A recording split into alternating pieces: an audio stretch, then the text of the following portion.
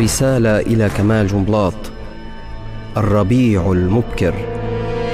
أسموك المعلم، أسميت نفسك الفقير. أسموك المعلم، أسميت نفسك الفقير.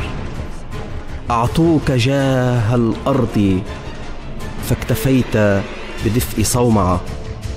النبوءة في حبة الحنطة بين يديك.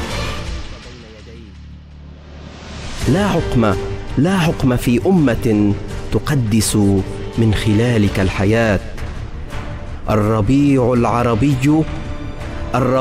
العربي بدأ بالأقحوان الذي أزهر من دمك، بعزيمة أطفال الحجارة وابتسامة أطفال حمص، المتقمصة شفتيك وعدا قبل أن يولدوا، بالبدر الذي شخصت إليه عيون محبيك وكأنه ينبئ باكتمال الحلم.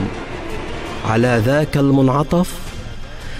ذاك المنعطف الذي كرهناه، الذي أشربنا الأسية، انعطف تاريخ العرب. إنها عينك الدافئة الثائرة الثاقبة لكل الحجب، قد قاومت مخرزا وانتصرت.